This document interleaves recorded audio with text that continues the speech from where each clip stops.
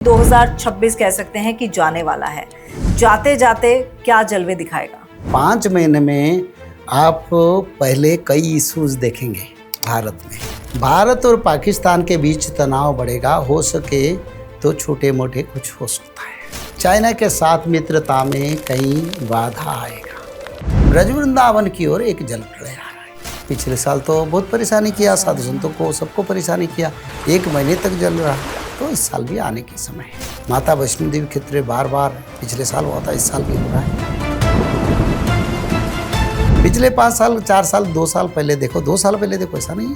तो ये क्यों हो रहा है? ये संकेत है धर्म संस्थापना का। तो अभी जब प्रधानमंत्री मोदी का कार्यकाल, अगला कार्यकाल जब शुरू होगा, आपको लगता है कि प्रधानमंत्री मोदी कुर्सी पर बिल्कुल होंगे, पूरा करेंगे कार्यकाल? क्यों नहीं करेंगे? क्या अभी मंदिरों में और भी चोरियां होंगी? बिल्कुल, ये हर मंदिर में, हर घर में, और मंदिर में भी ऐसे परिवार लोग चोरी करेंगे, यानी रखवाला चोरी करेगा। सोना चांदी कितने, क्या आपको लग रहा है क्या रेट रहेगा इसका? अगर किसी के पास है ना, वो सबसे आपद का कारण, दुख का कारण बनेगा। स्पष्ट मैं कहता हूँ, अभी 10 साल कोई इन्वेस्टमेंट ना करो, अपना जितना पैसा उसको सुरक्षित रखो। शांति से पहले तूफान आता है, तो क्या सतयुग आने से पहले बड़ा तूफान आएगा? तूफान क्या है बेटी, ये तो परिवर्तन है। लोग पाप किए, उसका फल, मानो हमने गलती की है तो जेल जाना पड़ेगा। जो पाप किए उनको दंड मिलेगा, जो धर्मी लोग उनको कुछ दंड नहीं मिलेगा।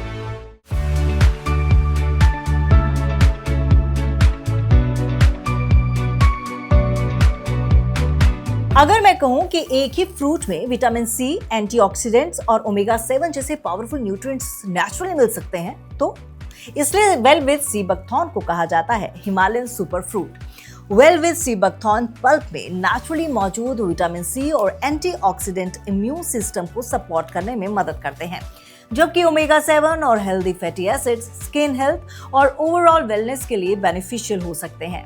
इसके nutrients gut health, heart health और डेली एनर्जी एंड रिकवरी को भी सपोर्ट कर सकते हैं। सबसे खास बात ये एक न्यूट्रिएंट डेंस फ्रूट है, जिसे आप अपनी डेली वेलनेस रूटीन का हिस्सा बना सकते हैं। तो अगर आप अपनी डाइट में एक natural nutrient rich Himalayan fruit शामिल करना चाहते हैं, तो जरूर ट्राई करें well with sea buckthorn pulp को। इस वीडियो में व्यक्त किए गए सभी विचार, मत और सुझाव अतिथि के व्यक्तिगत अनुभवों और विचारों पर आधारित है। इसमें चैनल, एंकर या निर्माता की सहमति या विचारों का आवश्यक रूप से मेल होना जरूरी नहीं। इस वीडियो का उद्देश्य केवल जानकारी और विचार विमर्श है। इसका उद्देश्य किसी को नुकसान पहुंचाना, गुमराह करना या किसी प्रकार की खतरनाक राजनीतिक या वित्तीय सलाह को बढ़ावा देना नहीं है। दर्शकों से अनुरोध है कि वो किसी भी राय या सलाह पर कार्य करने से पहले अपने विवेक और विशेषज्ञ की सलाह जरूर लें। नमस्कार, बहुत बहुत स्वागत है आपका और एक बार फिर से बहुत ही दिलचस्प एपिसोड लेकर आपके सामने हाजिर हूँ। आज जो मेरे मेहमान हैं वो किसी परिचय के मोहताज नहीं है, क्योंकि कई ऐसी प्रेडिक्शंस वो दे चुके हैं देश और दुनिया से जुड़ी हुई, जो सत्य साबित हुई हैं। भविष्य मल्लिका के राइटर हैं। ज़्यादा नहीं कहूँगी क्योंकि समय जो है ज़ाया करना सही नहीं रहेगा। मेरे सामने हैं पंडित काशीनाथ जी, आपका बहुत बहुत स्वागत है। जय जगन्नाथ। कैसे हैं आप? जगन्नाथ जी के कृपा माँ, जैसे प्रभु रखें ऐसे। आपको प्रभु स्वस्थ रखें, हम सबको प्रभु स्वस्थ रखें। लेकिन कहते हैं कि जो लिखा होता है वो टलता नहीं है, और अगर मैं भविष्य मल्लिका की बात करूं तो आपकी प्रेडिक्शंस बड़ी सटीक बैठती हैं। अब क्योंकि 2026 कह सकते हैं कि जाने वाला है, जाते जाते क्या जलवे दिखाएगा? देखो, 2026 से 2032-34 तक सतयुग का आगमन समय, और ये जो पीरियड ऑफ 8 ईयर्स, 26, 27, 28, 29, 30, 31, 32, 33, 34, करीब 9 साल है, और 26 का कुछ महीने जा चुका है। तो अगर आप कहते हैं 26 में क्या दिखाने वाले हैं, देखो, आप अब तक देख रहे हैं आसाम में सुपर फ्लड हो चुका है। हाँ। लोग भी मरे हैं, एग्रीकल्चर पूरा डिजास्टर हुआ है। सबसे बड़ा दुखदायक स्थिति आज आसाम में चल रहा है। पिछले साल पंजाब में हुआ था, ऐसी स्थिति आसाम में है। तृतीय विश्व युद्ध अभी चल रहा है। आप बोलेंगे नहीं, तृतीय विश्व युद्ध नहीं, पर तृतीय विश्व युद्ध ये है क्योंकि ये वारस और नाटो के बीच में वार हो रहा है। रशिया का जो संगठन है उसको वारस कहते हैं, अमेरिका का नाटो कहते हैं। तो वो वार चल रहा है। मिड ईस्ट में वार चल रहा है, और इसी समय 2026 में आज जापान में 7.1 में भूकंप हुआ है। बिल्कुल।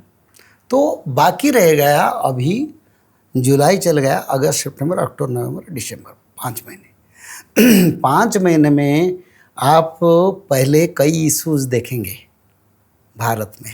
मैं उसको डिस्क्राइब करना नहीं चाहता हूँ।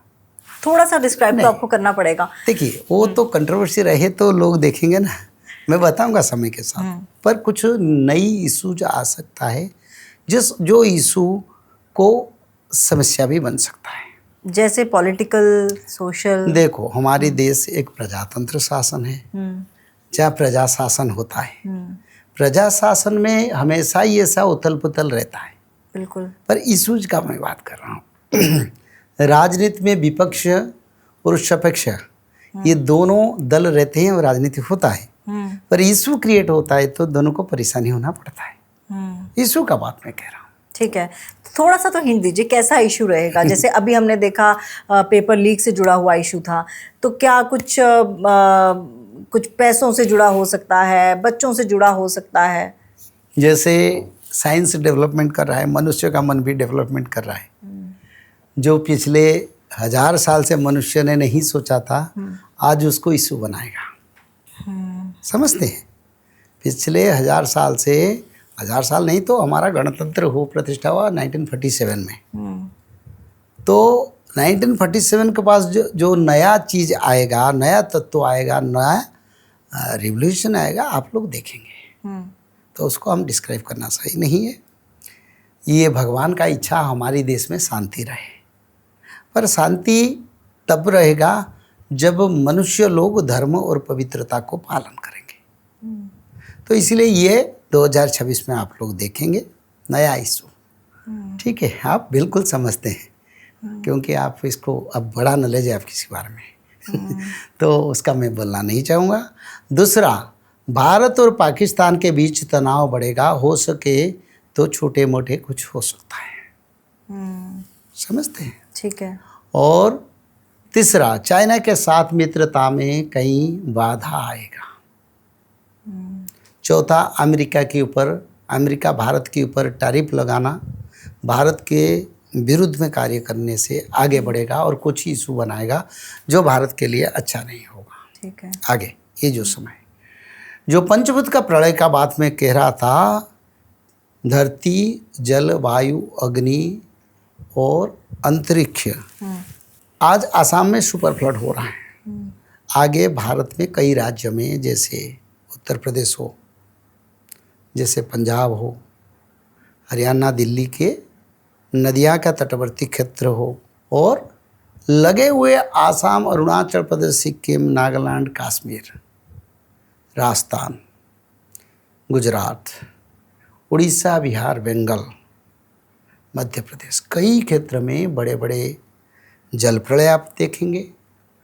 और साथ ही साथ अक्टूबर, नवंबर, दिसंबर में कई राज्य में सूखा और बारिश ना होना, खेती नष्ट होना, एग्रीकल्चर डिजास्टर होना भी देखेंगे। ठीक है। और सारा विश्व में भी ऐसा स्थिति होगा। मैं कितना देश का नाम बोलूं? मुख्यतः इसमें चाइना आएगा, पाकिस्तान आएगा, जापान में भूकंप बार बार होता रहेगा, इंडोनेशिया, थाईलैंड, जापान, हांगकांग, और उसके साथ साथ अमेरिकन कंट्री में नेचुरल डिजास्टर बहुत होगा। अच्छा। अमेरिका कंट्री में बहुत होगा, जिसको अमेरिका का अर्थनीति को तोड़ेगा। चाहे जंगल में आग लगो, चाहे समुद्र से आने वाले चक्रवात हो, चाहे भूकंप हो, चाहे जल प्रलय हो, फ्लड हो, अमेरिका, कनाडा और अफ्रीका, इन देश में भी उसका प्रभाव बढ़ता जाएगा। मिड ईस्ट कंट्री में भी हेवी रेन के कारण कई समस्या, कई बड़ा आपद आएगा। ठीक है। और अक्टूबर के बाद कई देश में, विश्व में, भारत में सूखा सिचुएशन आएगा, खेती नष्ट होगा। अब अगर मैं सूखे की बात करूं या फ्लड की बात करूं, तो लोग बोलेंगे कि ये तो हर साल ही होता है, नहीं। कुछ ऐसा क्या आप बता सकते हैं कि अगर वो चीज़ होती है तो समझ में आ जाए कि वाकई बिल्कुल सटीक कहा था? एग्रीकल्चरल प्रोडक्शन 40% लॉस होगा। अच्छा। कृषि करने वाले कृषक लोग परेशानी होंगे। 40% माइनस आएगा प्रोडक्शन में। आप देखेंगे कितना पिछले साल का प्रोडक्शन, इस साल का प्रोडक्शन देखेंगे तब तो पता चलेगा ना। बिल्कुल। और ऐसे भी हो सकता है ब्रज वृंदावन की ओर एक जल प्रलय आ रहा है। और ये जल प्रलय नुकसान? हाँ, पिछले साल तो बहुत परेशानी किया, साधु संतों को सबको परेशानी किया, 1 महीने तक जल रहा। तो इस साल भी आने के समय है।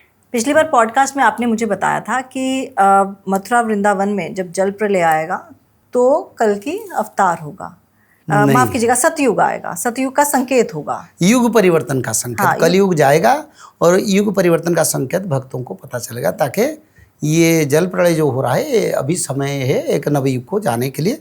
तो इसीलिए भगवान के धाम पर ऐसे परिवर्तन दिखाई देता है। आप तो देखते हैं वैष्णो देवी क्षेत्र में जल प्रलय हो रहा है, यात्रा बंद है, चारों धाम यात्रा बंद है। हाँ बिल्कुल। 5 दिन में अमरनाथ यात्रा बंद हो गया। हाँ। ये क्या संकेत नहीं है? लोग बोलते हैं आम बात है। आम बात कैसे हुआ? 5 दिन में कभी अमरनाथ यात्रा, अमरनाथ भगवान का दर्शन बंद होना कभी दिखे थे? माता वैष्णो देवी क्षेत्र बार बार पिछले साल हुआ था, इस साल भी हो रहा है।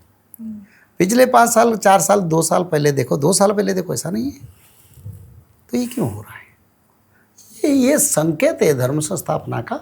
मनुष्य अपने भाषा में जितने बोले, शास्त्र जो लिखा है वो होता ही रहेगा और हो भी रहा है इस समय। सारे विश्व में प्रजा आंदोलन होगा। अच्छा। सारे विश्व का बात करता हूँ। पिछले समय में बताया था, आप देखेंगे प्रजा आंदोलन होगा। लोग अपना अधिकार के लिए लड़ाई करेंगे और लड़ाई बड़ा संग्रामपूर्ण होगा। इसमें बहुत क्षति भी होगा। अच्छा। संभालना मुश्किल होगा। ऐसे समय आएगा, आप देखेंगे ना, कोई शांति में नहीं बैठेंगे। नौकरी करने वाले लोग नौकरी से निकल दिया जाएंगे। बहुत सारे पदवी से जाएंगे। बड़े बड़े, मैं इसको भी शायद आपके साथ विचार किया था, बड़े बड़े पदवीधारी लोग बदनामी होंगे, अपना पद त्याग करेंगे। ये भारत का विचार नहीं है, सारा विश्व का विचार मैं करता हूँ। और अगर मैं स्पेसिफिकली भारत की बात करूं तो भारत में ऐसे कुछ लांछन लगने वाले हैं बड़े लोगों पर, और जैसे कि आपने कहा कि बहुत बड़े आंदोलन होंगे। अभी आंदोलन हमने एक युवाओं का देखा जो जेनजी आंदोलन हुआ। मैंने बोला इशू आएगा, क्रिएटेड इशू, प्रायोजित इशू, विदेशियों का हस्तक्षेप रहेगा, ऐसे इशू होगा। और ये भारत में होगा, सारा विश्व में होगा। मैं कहता हूँ ना, इसका ज़्यादा प्रभाव हमारी देश का बात नहीं है। बात यही है, ये विश्व में जैसे बड़े country America, France, Japan, German, European countries, इस कंट्री में और रसिया में भी थोड़ा समस्या है। कुछ इशूज रसिया में भी हो सकता है इस समय में। और अगर मैं भारत की राजनीति की बात करूं तो प्रधानमंत्री मोदी पर अभी मुश्किलें जो हैं वो हालांकि वो निकल जाते हैं मुश्किलों से, लेकिन क्या ये मुश्किलें अभी बनने वाली हैं? नहीं, वो इतने कैपेबल है मेरे विचार में, वो उसको मैनेज कर सकते हैं। उनका पास कैपेबिलिटी है, एक्सपीरियंस है। तो जो भी इशू आए मेरे विचार में वो उसको सॉल्व करने के लिए सामर्थ्यता रखें। तो अभी जब प्रधानमंत्री मोदी का कार्यकाल, अगला कार्यकाल जब शुरू होगा, आपको लगता है कि प्रधानमंत्री मोदी कुर्सी पर? बिल्कुल होंगे, वही होंगे। पूरा करेंगे कार्यकाल? क्यों नहीं करेंगे? उनका पूरा कभी अपना चीफ मिनिस्टर कैरियर में उन्होंने सभी समय पूरा किया और प्रधानमंत्री में भी पूरा कर रहे हैं, आगे भी करेंगे। क्या कुछ ऐसी मुश्किलें हैं जो आ सकती हैं उनके रास्ते में? देखो, मुश्किलें तो गणतंत्र में है, प्रजातंत्र में ये सब आम बात है, पर इस समय बड़ा कुछ समय परिवर्तन का समय, युग परिवर्तन, ग्रह विचलित है, तो ग्रह नक्षत्र का स्थिति के कारण इस समय ये सब लगता रहेगा। सभी देश में कोई शांति में नहीं बैठेंगे, कोई देश की मुख्य शांति में नहीं बैठ पाएंगे। आप देखेंगे विश्व में कई बड़े बड़े सुपर पावर जैसे देश में भी प्रजा आंदोलन, इशूज, नई इशूज, रिवोल्यूशन सब चलेगा। और इंडिया पाकिस्तान के बीच में जैसा कि आपने कहा कि संबंध अच्छे नहीं होंगे, तो ऐसा लग रहा है कि टेररिस्ट अटैक भी हो सकता है। देखो इसके बारे में क्या बताऊं, जानते हुए भी मैं नहीं उसको बताऊंगा नहीं, क्योंकि मैं बताऊंगा तो लोग दुखी होंगे और कुछ लोग बोलेंगे ऐसे बोल रहे हैं, अगर नहीं हुआ तो आप बताइए। पर आप अगर खुद जानना चाहते हैं आपको मैं बता दूंगा, आप लिख के रखेंगे और मैं इसको प्रूव करूंगा। अब आप कह रहे हैं कि लोग दुखी होंगे, तो इसका मतलब हाँ, लोग परेशानी होंगे ना, मैं क्यों बताऊं। तो इसका मतलब होगा, उसके लिए सरकार सोचते हैं। हाँ, जहाँ जहाँ होगा अगर मैं बता दूं, मेरा बात को कौन सुनेगा। क्यों नहीं सुनेंगे, आप बताइए तो, थोड़ा सा तो हिंट दीजिए। अगर हो भी जाएगा तब बोलेंगे इनको पता था, नहीं हम चलाएंगे ना, तो रेल हम गार्ड इसके तो बारे में, चलाएंगे। ये देश का इंटेलिजेंसी का बात है। नहीं, फिर भी कौन से ऐसे राज्य हैं जहां पर आपको पर समस्या है देश के प्रति, विदेश की तरफ से, पाकिस्तान की तरफ से ये समस्या है, बांग्लादेश की तरफ से समस्या है। इस समस्या को सरकार को गंभीरता के साथ लेते हैं और ऐसे लेना चाहिए, आगे ऐसी समस्या है। कोई राजनीतिक बदलाव के संकेत भी मिल रहे हैं? राजनीतिक बदलाव इस देश में नहीं होगा फिलहाल, कुछ ऐसे एजेंडा नहीं है देवताओं की तरफ से। अच्छा, क्योंकि मनुष्य शासन करता है, कंट्रोल कौन करते हैं, देवता करते हैं। तो देवताओं की तरफ से कोई एजेंडा अभी तक प्रिपरेशन नहीं हुआ। हाँ, जब होगा मैं बताऊंगा। और अगर मैं योगी आदित्यनाथ की बात करूं, वो रहेंगे मुख्यमंत्री अभी? वो दोबारा इलेक्शन में जीतेंगे और सरकार भी होगा।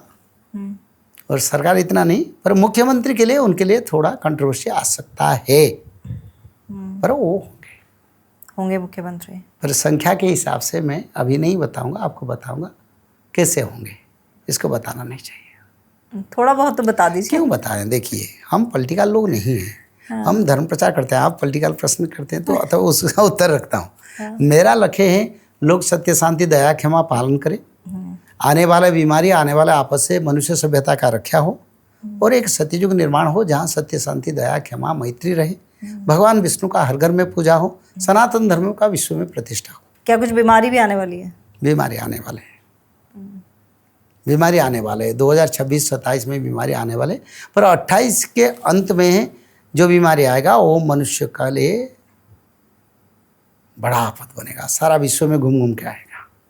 कोरोना के जैसा? कोरोना जैसा 64 प्रकार बीमारी आएगा।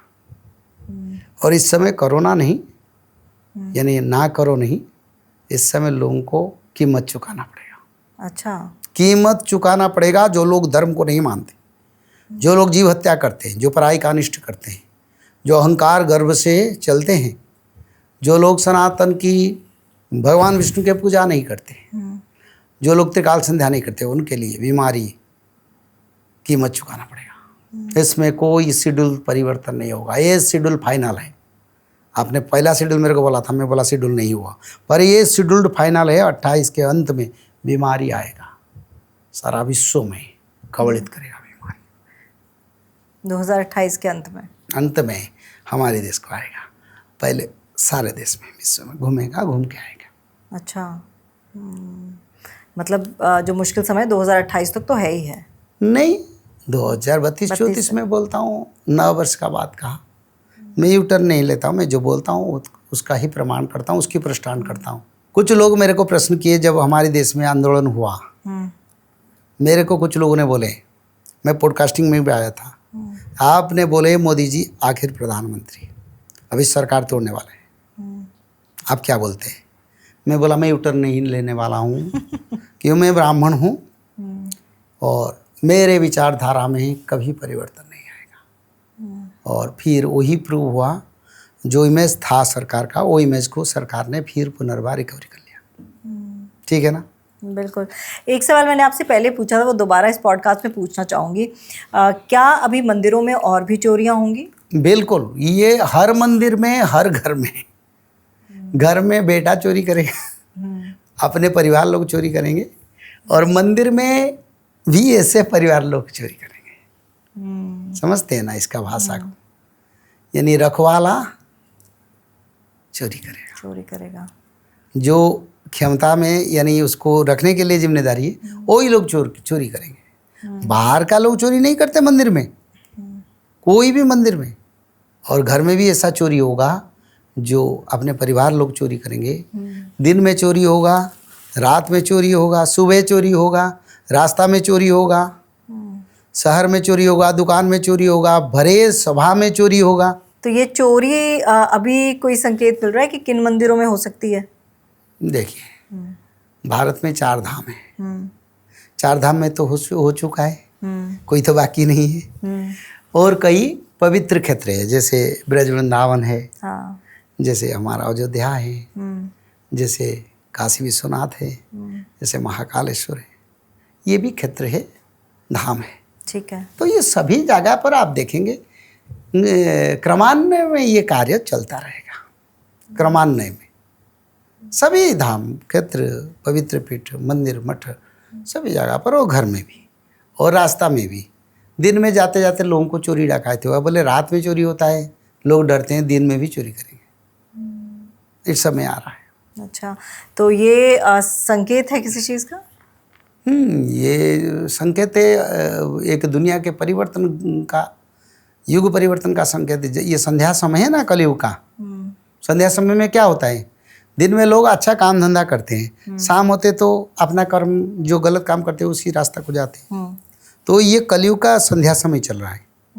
तो संध्या समय में चोरी, डकैती, लुंठन, मारपीट, उपद्रव कार्य करना, जितना पाप करना, सब शुरू होगा। तो ये समय है, इसी कारण हो रहा है। मनुष्य कोई खराब नहीं है, समय खराब है, काल चक्र का गति खराब है। दुर्योधन, दुशासन और पांडवों का लड़ाई एक समय लाके वहीं पर पहुंचाया। कभी वो एक साथ थे, एक साथ खाते थे बचपन में, फिर वही लोग भी आपस में लड़ाई किया और भयंकर समर किया, और कुरुकुल का यानी कौरव वंश का विनाश भी हुआ। इसे समय के साथ होता है। आपको लग रहा है विनाश तय है? बिल्कुल, उसमें कोई परिवर्तन नहीं होगा। 2032 चौथ में सत्ययुग आगमन होगा। मनुष्य सभ्यता बड़ा संग्राममय परिस्थिति आएगा। हर दिन मनुष्य लोग समस्या देखेंगे, भोजन में देखेंगे, पानी में देखेंगे, बीमारी में देखेंगे, प्रोफेशन में देखेंगे, रिलेशन संपर्क में देखेंगे, सब में देखेंगे। और युग परिवर्तन होगा, उसमें कोई संदेह नहीं। उसके लिए नो फुट बैक, मैं कभी फुट बैक नहीं कर सकता। युग परिवर्तन होगा, सत्ययुग आएगा। हम इतने दिन मेहनत करते हैं, वो अगर नहीं होगा तो शास्त्र और विचारधारा क्या गलत होगा। सत्ययुग होगा, राम राज्य होगा, लोग सुखी होंगे, संसार में सनातन धर्म का सारा विश्व में एक प्रचार होगा, बहुत कुछ होगा। 2032 के बाद, 2032 के बीच में तो संभालें, उसका बाद 34 बस देखेंगे। 32 तक लोग पार करें तो बहुत कष्ट है। आपको क्या लगता है, जिस तरह से आप कह रहे हैं 2032 तक कितनी आबादी युद्ध की वजह से? आबादी का विचार मैं नहीं कहना चाहूँगा। ये भविष्य मालिका में लिखा है 26 करोड़ सैन्य युद्ध में भाग लेंगे। अच्छा। अभी विश्व का ये सैनिकों का संख्या 26 करोड़ होगा, ये लिखा है शास्त्र में। तो 26 करोड़ सैन्य जो लड़ाई करेंगे, उसके बीच में लड़ाई होगा। और वो 26 करोड़ लोग मनुष्य सभ्यता के ऊपर जो टूट पड़ेंगे, उसमें भी मनुष्य सभ्यता का विनाश होगा। तो ऑन एन एवरेज % भक्त और पवित्र लोग रहेंगे। आबादी का आंकड़ा मैं बताऊं तो लोग दुखी होंगे। मैं इसके लिए इसका बंद कर दिया। अच्छा, युद्ध की आपने बात की कि तीसरा विश्व युद्ध हो रहा है, भारत की इसमें क्या भागीदारी रहेगी? और तीसरे विश्व युद्ध के संकेत, आपने कहा कि तीसरा विश्व युद्ध हो ही रहा है, भारत का क्या इसमें रोल रहेगा? भारत खुद युद्ध में फंसेगा, रोल क्या रहेगा? भारत के ऊपर युद्ध थोपा जाएगा। भारत युद्ध नहीं चाहता है, पर पाकिस्तान, चाइना मिलकर भारत को युद्ध करवाने के लिए मजबूर करेंगे। बांग्लादेश, पाकिस्तान, चाइना, तुर्की, अमेरिका, ये मुख्य शत्रु है भारत का। ये सब मिल के रहें, अभी भी मिले, पर सरंजाम जुगाड़ में है, कैसे अच्छी तरह से चारों तरफ से घेरेंगे। तो ये युद्ध की परिस्थिति कब देखने को मिल रही है? 26-27 में शुरू हो सकता है। 26 के अंत में और 27 की शुरुआत में, ऐसा नहीं, 26-27 के बीच में कभी भी, आजकल भी वो हो सकता है। एक बार इस बार लगेगा तो इस बार बंद होना नहीं। अच्छा, हाँ, कब तक चलेगा? 34-32 तक चलेगा। अरे बाप रे। लोगों को भोजन नहीं मिलेगा, पानी नहीं मिलेगा, दवाई नहीं मिलेगा, कपड़ा नहीं मिलेगा। एक वस्त्र परिधान करेंगे लोग, दूसरे पर वस्त्र नहीं मिलेगा। और हर घर में दुखी, क्रंदन, आवाज़ सुनना मिलेगा। सब परेशानी हो जाएंगे। सोना चांदी को रास्ता में लोग फेंक देंगे, पैसा को फेंक देंगे। बोले धर्म चाहिए, जिस धर्म का हम प्रचार करते हैं। इतना मुश्किल समय आने वाला है। क्यों नहीं आएगा? लोग ने जो पाप करते हैं वो पाप का फल भोगेंगे नहीं। रात को सोते हुए जीव जंतु को उठा के मार के खाते हैं। अगर हम सोते हैं हमको कोई मारेगा, ये क्या धर्म है? और सीधा के उनको काटते हैं, खाते हैं। रात 12 बजे के बाद जीवंत सोने वाले जीवों को हत्या किया जाता है। तो ये पाप का कितने दिन चलेगा? गौ हत्या बढ़ता जा रहा है। गौमाता का हत्या का पाप के जानते हैं 1,40,000 वर्ष कलयुग का आयु कट गया, फिर भी हम उसके ऊपर चिंतित नहीं है।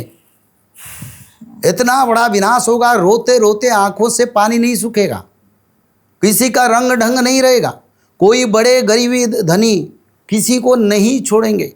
धर्म जो पाप होता है धरती पर, धरती माता कंपता है। रोज खून पड़ता है धरती के ऊपर। माँ के ऊपर कितने खून डालेंगे अपने संतानों का? और मैं पहले से कहा हूँ, जिस देश में ज़्यादा गोहत्या हो रहा है उस देश दुख का चरम सीमा को जाएंगे। और इसमें हमारी भारत का भी सीरियल है। अगर आज भी भारत में गोहत्या बंद हो जाएगा तब 50% आपद टल जाएगा। लेकिन 100% गौ हत्या खत्म हो जाए, हो नहीं सकता। क्यों नहीं हो सकता? दुनिया अभी में फिलहाल नहीं हो सकता। क्यों नहीं हो सकता? क्यों नहीं हो सकता? दुनिया में क्या असंभव है? असंभव मनुष्य है, पर इच्छा शक्ति संभव का ही कारण है।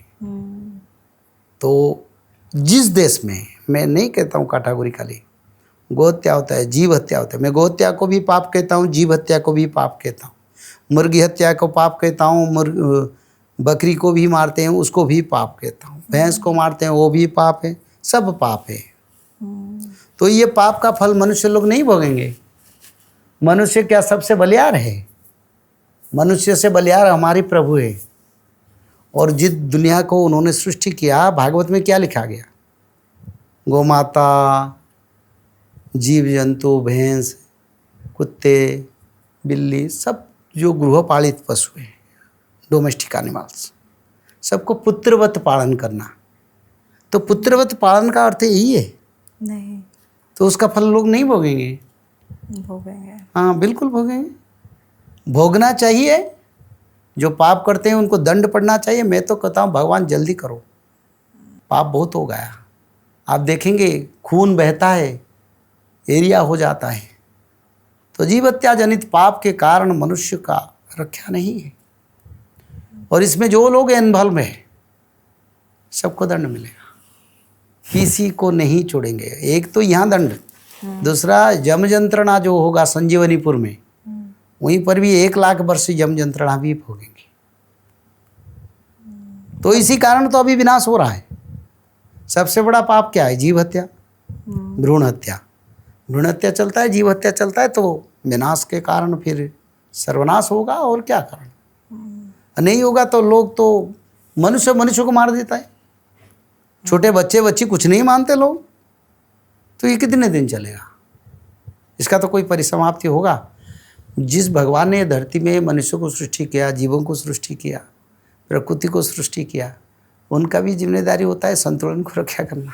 बिल्कुल। तो वो देखते हैं अब संतुलन ठीक नहीं है, धरती पर बार बार भूकंप होता है, पंचभूत क्रूर हो गए, बीमारी आता है। लोगों को बचाने के लिए, सभ्यता को रक्षा करने के लिए उनको तो पदक्षेप लेना पड़ेगा। तो वो लेंगे और ले रहे हैं, शुरू ही हो गया। मतलब पूरे देश में त्राहिमाम वाली स्थिति हुई। देश नहीं, विश्व में त्राहिमाम। त्राहिमाम माने बोलने के लिए ऐसे लिखा है शास्त्र में, शमशान में लाश को जलाने के लिए स्थान नहीं मिलेगा, लोग रास्ता में फेंक देंगे।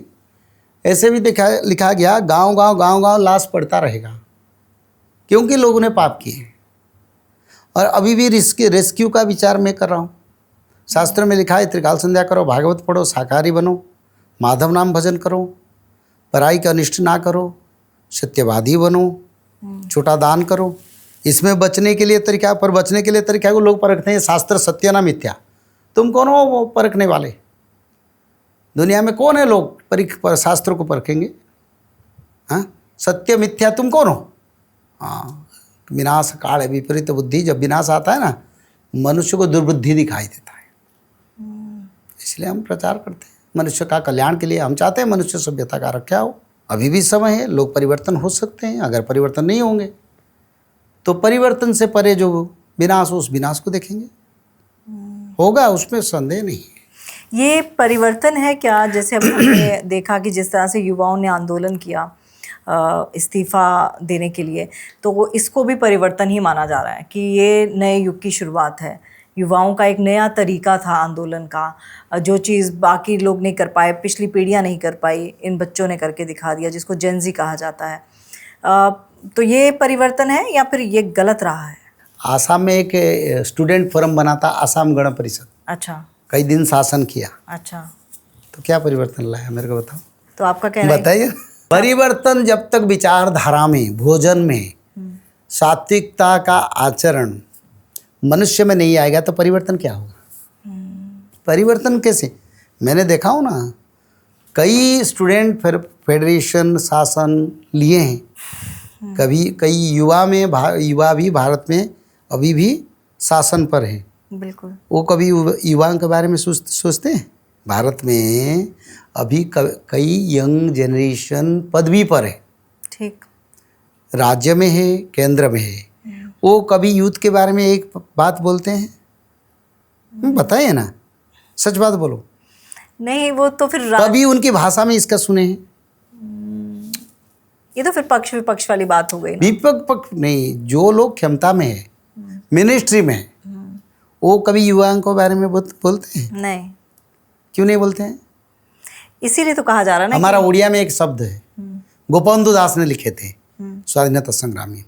टाणे किरे घोड़ा दाना रत घोड़ा घोड़ा मुँह बंधा थिले। ये उड़िया में लिखा है। अगर घोड़ा का मुंह में तुम उनकी दाना बांध लोगे, वो चलेगा नहीं, बैठेगा। वो दौड़ेगा नहीं। और भारत में हर राज्य में युवा है। क्या खाते हैं? रिश्वत खाते हैं, राष्ट्रीय संपत्ति को हरण करते हैं। करते ना? नहीं, बिल्कुल। हाँ, वो लोग क्या बताएंगे? और सोना जब मिट्टी में रहता है ना, उसको सोना का ओर कहते हैं। जब धातु बन जाता है ना, उसका कीमत बहुत बढ़ जाता है।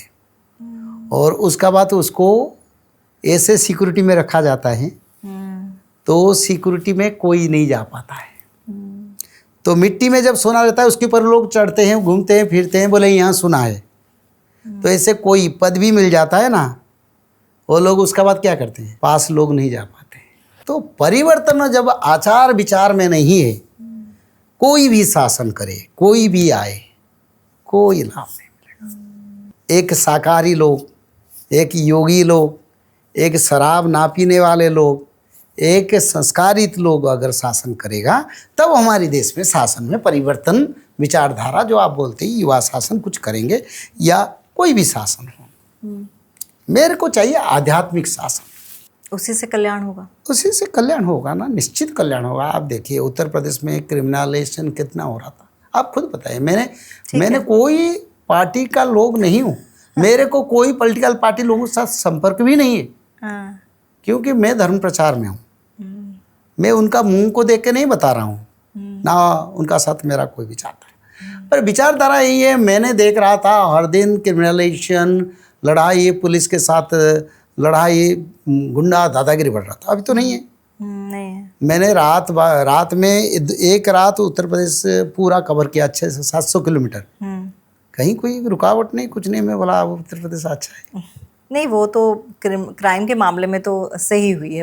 अभी पुलिस भी वहाँ अच्छा काम करते हैं, सरकार भी अच्छा काम करता है। क्राइम के मामले में तो स्थिति अच्छी हुई है, वो तो उसमें तो कोई दो राय नहीं है। सारा भारत में रोल मॉडल शासन है उत्तर प्रदेश का। उत्तर प्रदेश जैसा शासन किसके देश को, कौन सा राज्य में है बताइए? तो फिर ऐसी क्या परिस्थितियां बनेंगी कि योगी आदित्यनाथ को दोबारा मुख्यमंत्री बनने के लिए आप जैसे कह रहे हैं स्ट्रगल करना पड़ेगा? नहीं, ये होता है। अमृत भी बहुत दिन खाने से खट्टा लगता है। ये होता है। अच्छा। ये मनुष्य का नेचर है। रोज आपको मैं अच्छा खिलाऊं, बोले नहीं आज कुछ नहीं खाएंगे भाई, चलो चल दाल रोटी खा लेंगे और कुछ नहीं खाएं बस भोजन, ऐसे ही होता है। तो अच्छा लोग भी कभी कभी बुरा विचार में आते, पर वो आएंगे फिर शासन करेंगे, क्योंकि युग परिवर्तन के समय में भगवान चुन चुन के अच्छा लोगों को लाएंगे इस देश का शासन के लिए। चाहे कोई भी आए, अच्छा लोग आएंगे, बुरा लोग नहीं आएंगे इस समय। हर राज्य का बात कहता हूँ। देखो कोलकाता का देखो, आसाम का देखो, उत्तराखंड का देखो, हिमाचल का देखो। उत्तराखंड में शासन अच्छा है या हिमाचल में, तो हर राज्य में कुछ ना कुछ परिवर्तन हो रहा जाता है। बिल्कुल। अच्छा चलिए अब थोड़ा सा पैसों की बात कर लेते हैं। सोना चांदी ये क्या दिखाएगा, मतलब बढ़ेगा घटेगा, कुछ करेक्शन आएगी, या फिर अभी जिन लोगों ने लिया है या फिर आने वाले दिनों में लेना चाहिए, क्या लग रहा है? देखो जिसका नसीब में बदनसीबी है वो सोना चांदी खरीद करके रखे। मैं 4 साल पहले से बताया था सोना चांदी में इन्वेस्टमेंट ना करो, और इस समय 10 साल इन्वेस्टमेंट जीरो होना चाहिए। सोना चांदी में, सोना चांदी और शेयर मार्केट। अच्छा। कहीं इन्वेस्टमेंट ना करो, किसी को उधार मत दो, जो उधार लेगा वो नहीं देगा, ये समय ऐसा है। और सोना चांदी में इन्वेस्टमेंट ना करो, शेयर मार्केट में ट्रेडिंग में इन्वेस्टमेंट ना करो। 10 साल के बाद करोगे, और 10 साल के बाद तो ट्रेड मार्केट नहीं रहेगा। और धर्म में इन्वेस्टमेंट करना शुरू करो। धर्म में, धर्म का इन्वेस्टमेंट अर्थ जाके कहीं दान धर्म देना, ये नहीं। धर्म में इन्वेस्टमेंट का अर्थ हर दिन 15 मिनट त्रिकाल संध्या भागवत पठन माधव नाम, एक अध्याय भागवत पठन, ये इन्वेस्टमेंट मनुष्य को बचाएगा। सोना चांदी रास्ता में फेंक देंगे लोग 32-34 के विचारधारा में, ऐसा होगा। सोना चांदी कितने क्या आपको लग रहा है क्या रेट रहेगा इसका? अगर आपने खरीदा है क्या? नहीं, मैंने नहीं खरीदा। कहाँ मैं क्या बोलूं। अगर किसी के पास है ना, वो सबसे आपद का कारण, दुख का कारण बनेगा। अच्छा। क्योंकि कलयुग जा रहा है तो सोना रुला के जाएगा लोगों से। बाप रे। कलयुग जा रहा है तो सोना रुला के जाएगा। इससे क्या समझा जाए स्पष्ट तौर पे अगर आप बताएं? स्पष्ट मैं कहता हूँ, अभी 10 साल कोई इन्वेस्टमेंट ना करो, अपना जितना पैसा उसको सुरक्षित रखो। 10 साल के बाद अच्छा एनवायरनमेंट आएगा। अगर मानो सत्ययुग के परिवर्तन हो ना हो, दुनिया में एक शांति समय आएगा, सत्ययुग आएगा, शास्त्र में लिखा है, उसका परिवर्तन नहीं होगा, सत्ययुग आएगा। पर उसी समय कहीं इन्वेस्टमेंट कर सकते हैं, पर सोना चांदी का उस समय कोई लेगा नहीं, क्योंकि सोना चांदी तो उस समय एक आम वस्तु हो जाएगा। अच्छा। सुवर्ण युग में सोना का क्या लाभ है आप जानते हैं? सत्ययुग को सुवर्ण युग कहते हैं, त्रेता युग को चांदी का युग कहते हैं, द्वापर युग को ब्रास का युग या कांस्य पीतल का युग कहते हैं, कलयुग को लोहे का युग कहते हैं। तो कलयुग में जो भी यंत्र देखो लोहा में बनाए। द्वापर युग में सब कांस्य में, लोग कांस्य पात्र, कांस्य मुद्रा, कांस्य बर्तन उसको यूज करते थे। और त्रेता युग में चांदी में सब चल रहा था, बर्तन फर्तन, खाना पीना, भोजन भोजन। और कलयुग में लोहा में खाना पीना भोजन करते हैं ना हम, स्टील में। तो उस युग में लोग सोने के बर्तन में अगर खाएंगे, सोना को कौन पूछे? तो लोहा का कीमत आज के दिन 25 रुपया, उस समय 25 रुपया होगा सोना का केजी। अच्छा। तो क्या करेंगे लगे? सर पे मारेंगे लोहा उठा के। अरे जगन्नाथ प्रभु उन्हें सोना को लोग बोलेंगे ये इसका कोई कीमत नहीं, रास्ता में फेंक देंगे। जैसे रास्ता में हम जाते कहीं लोहा लकड़ी पकड़ी पढ़ाए, कोई पूछता है? ऐसे सोना पड़ता रहेगा, क्योंकि उसका कोई कीमत नहीं रहेगा। आप ऐसी बातें बता रहे हैं जिस पे यकीन करना मुश्किल है।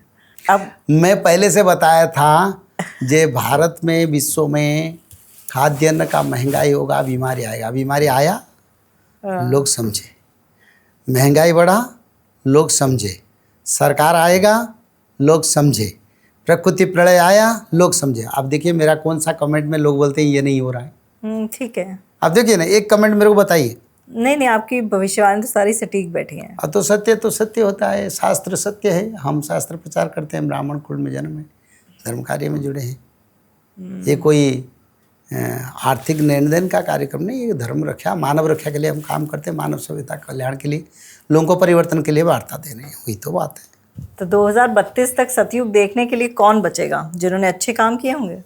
आप भी बच सकते हैं। त्रिकाल मैं तो संध्या, बचूंगी। त्रिकाल संध्या, भागवत पठन, माधव नाम, 5-5 मिनट 15 मिनट अगर करेंगे तो बचेंगे। नहीं तो बीमारी आएगा, बीमारी आने के समय भी दवाई काम नहीं करेगा। 10-15 मिनट में लोग सफाई होंगे, तब क्या करेंगे? बीमार तो आएगा ना। अभी एक फोटो में दिखाता हूँ, आप देखिए। इसको दिखाना नहीं चाहता, फिर भी दिखाना चाहता हूँ क्योंकि ये देखो, अभी अनसीजन, ये अभी सीजन नहीं है आम का। अभी आम फलता है क्या? नहीं फलता। पर देखो, ये आया फोटो, आम की पेड़ में कितना फल फूल हुआ है। फूल भी हुआ है, फल भी हुआ है। देखो बिल्कुल। ये क्यों होता है, आप मेरे को बताइए, मैं आपको अच्छी तरह से दिखाता हूँ। ये उड़ीसा में भी हुआ है। आप देखिए, एक एक फोटो दिखाता हूँ। बारिश के मौसम में कोई पल्लवित नहीं है वृक्ष। ये चीज़ मैंने भी नोटिस की थी। तो ये कितने वृक्ष में कितने आम फला है, देखो। बिल्कुल। ये देखो। और उड़ीसा में जगन्नाथ बिरजा क्षेत्र को जाने के से पहले मैंने देखा उसको, करीब 60-70 साल का वृक्ष है आम का, और बहुत मोटे हैं, 70-80 फीट ऊंचाई है। पूरा फूल और फल से भरा है, जैसे फागुन का महीना है। यही तो सत्ययुग का संकेत है। ये सत्ययुग का संकेत है, शास्त्र में लिखा है ना। मैंने उसको मालिका शास्त्र में लिखा, जब देखेंगे आम की पेड़ में फल आएगा अन सीजन में, जानो सत्ययुग आने समय आ रहा है। सालों भर सब पेड़ पौधे फल फूल में भरा रहेंगे। अच्छा। पतझड़ नहीं होगा, सीजनरी फल नहीं मिलेगा, सालों भर मिलेगा। और मोरिंगा की पेड़ में सालों भर फल फूल होता है। इस समय होता है ना। पिछले समय में सर्दी मौसम में हो रहा था, ठंडी मौसम में, पर इस समय सालों भर होता है। तो ये सत्ययुग, एप्पल आपको एक सीजन मिलता है, 12 महीने मिलेगा। अंगूर 12 महीने मिलेगा, नाशपाती 12 महीने मिलेगा, चीकू 12 महीने मिलेगा, अंजीर 12 महीने मिलेगा, आलमंड 12 महीने मिलेगा। आम तो मिलना शुरू हो गया। तो ये सत्ययुग का संकेत है। क्योंकि अभी हिमाचल में मैं गई थी, तो वहाँ पे मतलब घर है मेरा, तो वहाँ पर बारिशें पहले ही शुरू हो जाती हैं। तो अभी मतलब 15-20 दिन पहले मेरे भाई ने वीडियो कॉल की, तो कह रहा है कि मैं अब वो आम तोड़ रहा हूँ। मैंने कहा इस सीज़न में आम तोड़ रहा है? कह रहा है हाँ, कहीं आया था तो वहाँ आम ही आम है। तो मैं भी हैरान हो गई कि इतनी बारिशों में देखो, हिमाचल देवभूमि है, पवित्र स्थान है, बहुत पवित्र स्थान है, और धरती पर सबसे पवित्र देवी देवताओं का आगमन होता है। ये बड़ा संकेत है, क्योंकि ये आम सालों भर हम खाएंगे। पिछले साल आप देखते होंगे, दिल्ली मार्केट में बड़े बड़े आम मिल रहा था। हाँ। ऐसे आगे जो महीने में, यानी जिस समय आम का सीजन नहीं मिल रहा था, मैं देखा था। तो ये जो समय परिवर्तन का, अभी तो सारा भारत में, उड़ीसा में कहीं कहीं जगह पर आम हुआ है, और ये कंटिन्यूटी रहेगा। जब कंटिन्यूटी रहेगा तब जानेंगे सत्ययुग आएगा।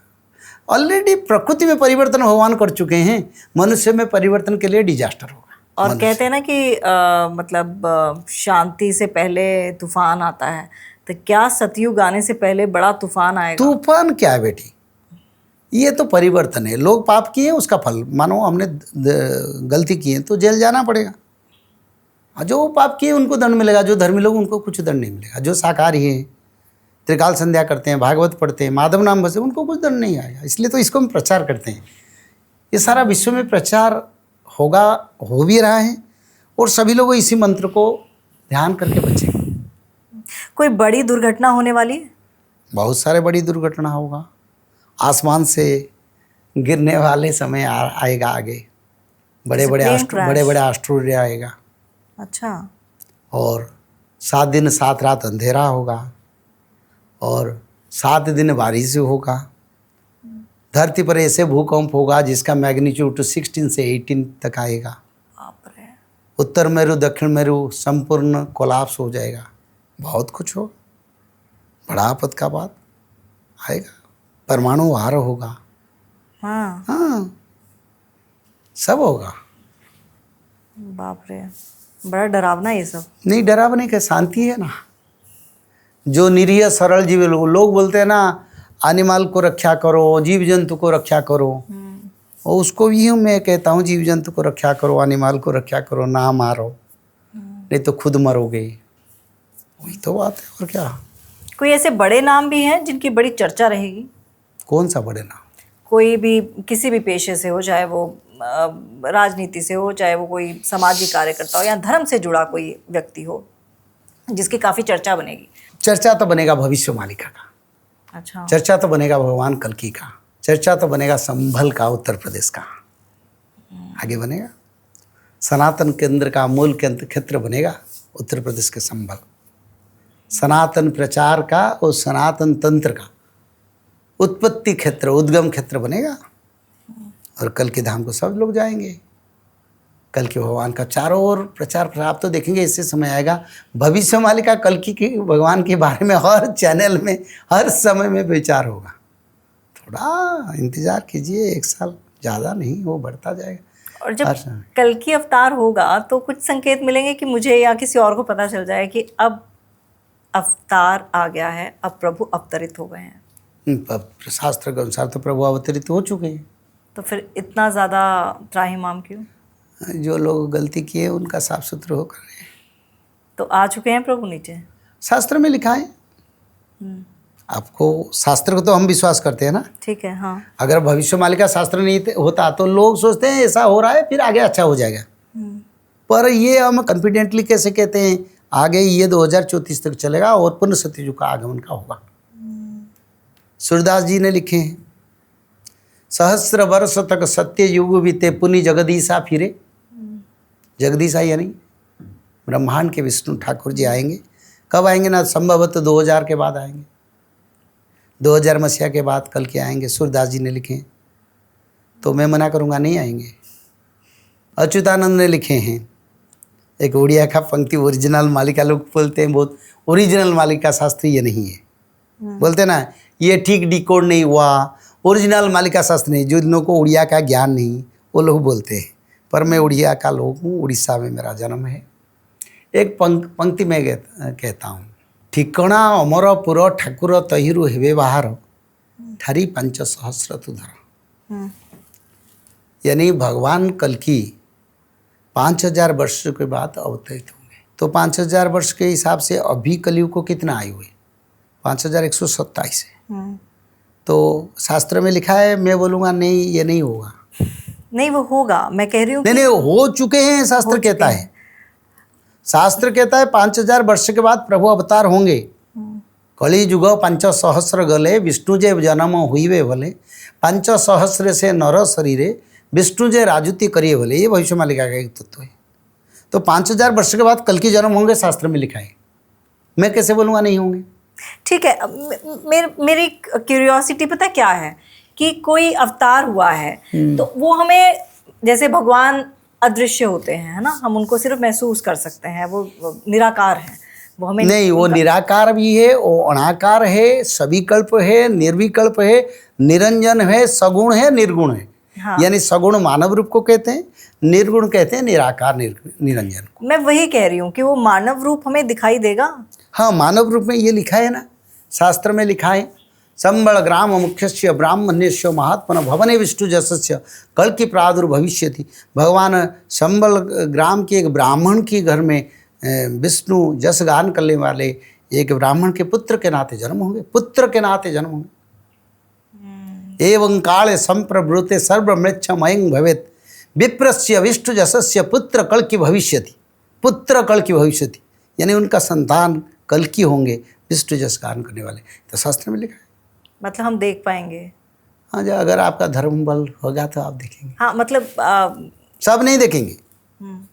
वो ऐसे समय में आएंगे जिस समय सभी पापियों का विनाश हो चुका होगा। उससे पहले वो नहीं आएंगे, क्योंकि उनको भी पता है अगर इस समय में जाकर डिजास्टर कर दूं, जैसे आंदोलन बन जाता है, लाखों लोग जुड़ जाते हैं, ऐसे कल की आंदोलन बन जाएगा।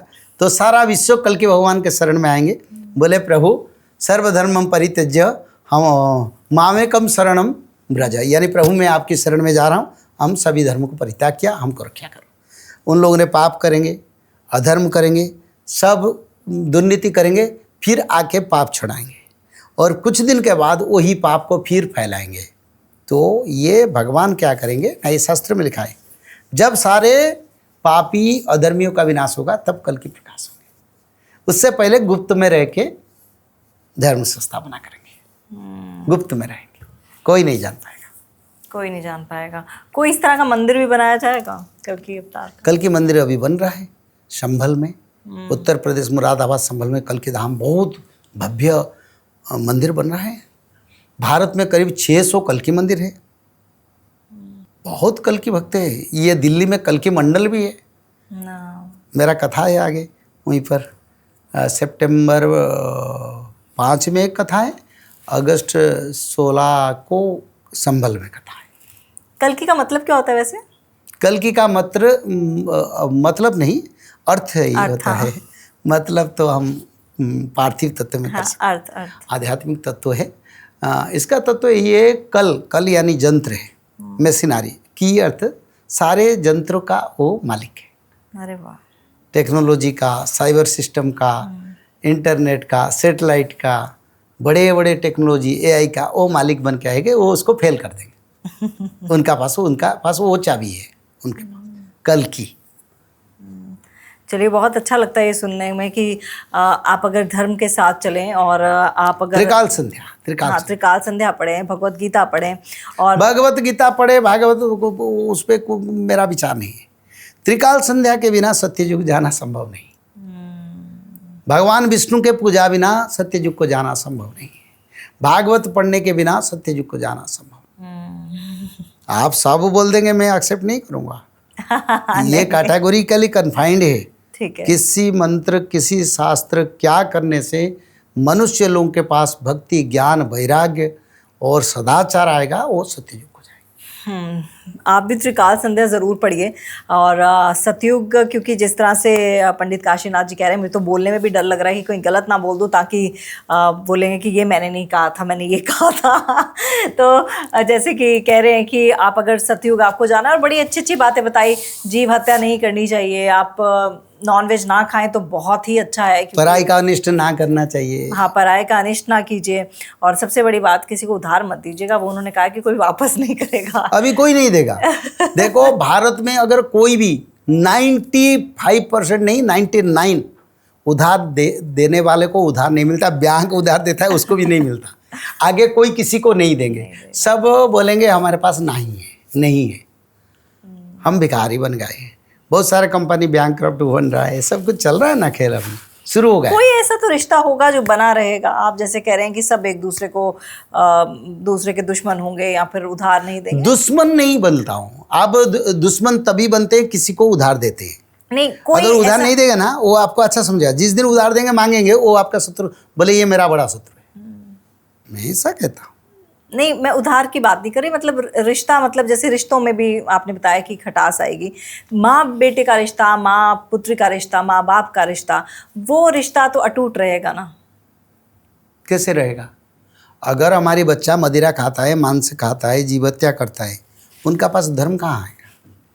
और कल ही उनके शरीर में घुस के अपने माता पिता के साथ शत्रुता कर देगा। जो लोग नहीं खाता है, उनके शरीर में कली नहीं घुसेगा। वो पिता माता पुत्र संपर्क अच्छा रहेगा। जहाँ आध्यात्मिक संस्कार है, आध्यात्मिक कर्म है, वो परिवार शांति में रहेगा। जो परिवार में मदिरा, मांस, जीव हत्या, लूटना, ठगाई करना, वो परिवार में कहाँ शांति आएगा? बिल्कुल ठीक कहा। तो शांति बनाए रखने के लिए आप त्रिकाल संध्या भी पढ़ें और अच्छे मार्ग की तरफ प्रशस्त हों, और दूसरों को भी यही कहें कि अच्छे मार्ग का चुनाव करें। और जैसा कि पंडित जी ये भी कहते हैं कि उनका जो एक लक्ष्य है वो ये है कि धर्म की स्थापना करना, धर्म के बारे में लोगों तक बातें पहुंचाना, जो धर्म से जुड़ी चीज़ें हैं वो लोगों तक पहुंचाना, ताकि पूरे समाज का, पूरे देश का कल्याण हो सके। आपका बहुत बहुत धन्यवाद तमाम। जय जगन्नाथ। जय जगन्नाथ।